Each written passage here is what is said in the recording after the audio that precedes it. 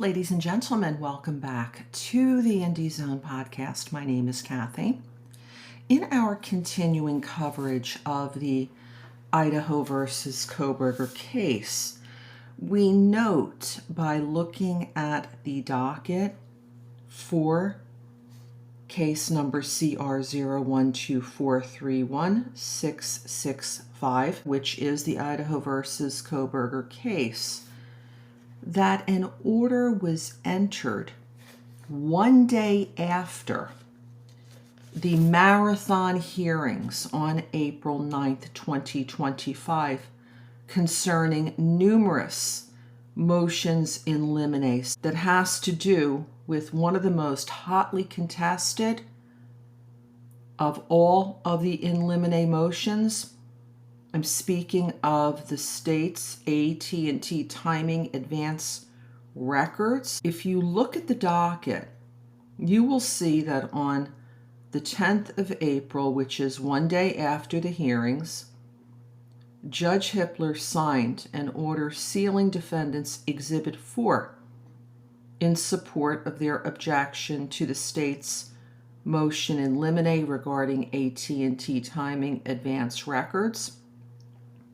What does this order specifically say?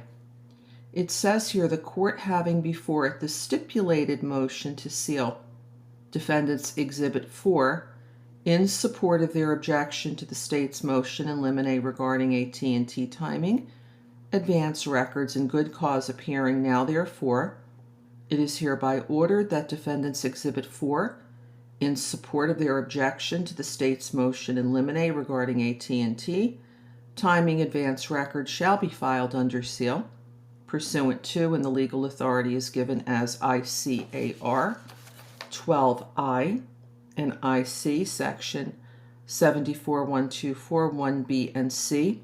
So ordered. April 10th, 2025, Judge Stephen J. Hippler has signed this as district judge. If we look on the docket, there was a document electronically filed on April 8th. This was a day before the hearing. And this is stipulated motion to seal defendants' Exhibit 4 in support of their objections to the state's motion in limine regarding AT&T Timing Advance Records. And it says here, page 1 comes now Brian C. Koberger, buying through his attorneys of record and with a no objection from the Latah County Prosecuting Attorney's Office, hereby moves the court for an order to seal defense Exhibit 4 in support of their objection to the state's motion in limine regarding AT&T Timing Advance Records. Let's go over the sequence of the briefings. First, there's a motion. That's an application for a court order. It was made in this case regarding the AT&T Timing Advance Records by the State of Idaho. The defense always has an opportunity to file a response so that they can be heard before the judge enters any order in the case, and they did so.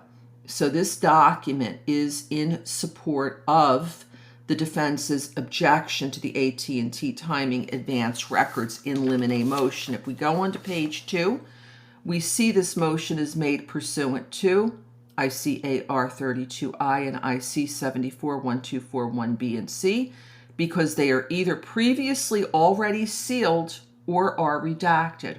For the purposes of this motion, the court will need to see the full document, and therefore non-redacted copies are being filed under seal, dated April 8th, 2025, under Ashley Jennings' signature line. It says here, no objection via email, April 8th, 2025, and then Ann C. Taylor's signature.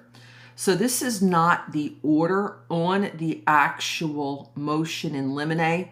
This is telling us that the two sides entered into some sort of a stipulation that something related to the AT&T Timing Advance Records opposition by the defense would be filed under seal, and the order of April 10th directed that it would be filed under seal. This will now conclude this episode of the Indie Zone podcast. My name is Kathy. Thanks for joining us here today.